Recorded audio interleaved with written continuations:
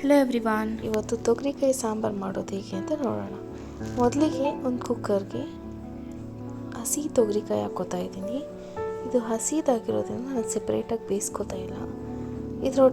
ಒಟ್ಟಿಗೆ ಮಸಾಲೆ ಎಲ್ಲ ಹಾಕಿ ಒಟ್ಟಿಗೆ ಕೂಗಿಸ್ಕೋತೀನಿ.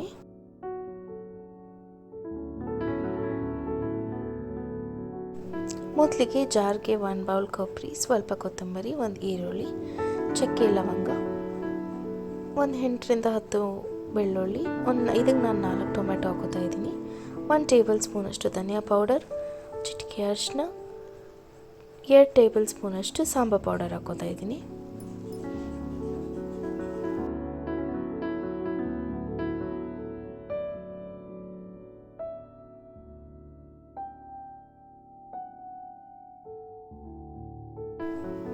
ಇದಕ್ಕೆ ನಾನು 2 ಬದನೆಕಾಯಿ ತೊಗೊಂಡಿದ್ದೀನಿ,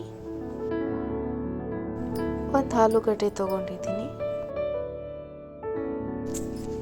ಈ ತೊಗರಿಕಾಯಿಗೆ ಮಸಾಲೆ ಆ್ಯಡ್ ಮಾಡ್ಕೋತಾ ಇದ್ದೀನಿ. ಕನ್ಸಿಸ್ಟೆನ್ಸಿ ನೋಡಿಕೊಂಡು ಸ್ವಲ್ಪ ನೀರು ಆ್ಯಡ್ ಮಾಡ್ಕೊಳ್ಳಿ. ಕಟ್ ಮಾಡಿರೋ ಆಲೂಗಡ್ಡೆ, ಬದನೆಕಾಯಿ ಎಲ್ಲ ಆ್ಯಡ್ ಮಾಡ್ಕೊಂಡು ಚೆನ್ನಾಗಿ ಮಿಕ್ಸ್ ಕೊಡಿ. ರುಚಿಗೆ ತಕ್ಕಷ್ಟು ಉಪ್ಪು.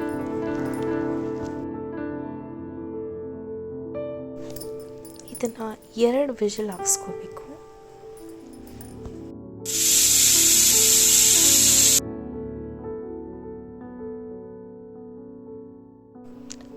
ಒಂದು ವೆಸಲ್ಗೆ ಸ್ವಲ್ಪ ಎಣ್ಣೆ, ಸಾಸಿವೆ, ಈರುಳ್ಳಿ ಎಲ್ಲ ಸ್ವಲ್ಪ ಗೋಲ್ಡನ್ ಕಲರ್ ಆಗಿದ ತಕ್ಷಣ ಸಾಂಬಾರು ಆ್ಯಡ್ ಮಾಡಿದ್ಮೇಲೆ ಒಂದು 5 ನಿಮಿಷ ಕುದಿಸ್ಬಿಟ್ರೆ ತೊಗರಿಕಾಯಿ ಸಾಂಬಾರು ರೆಡಿ ಆಗುತ್ತೆ.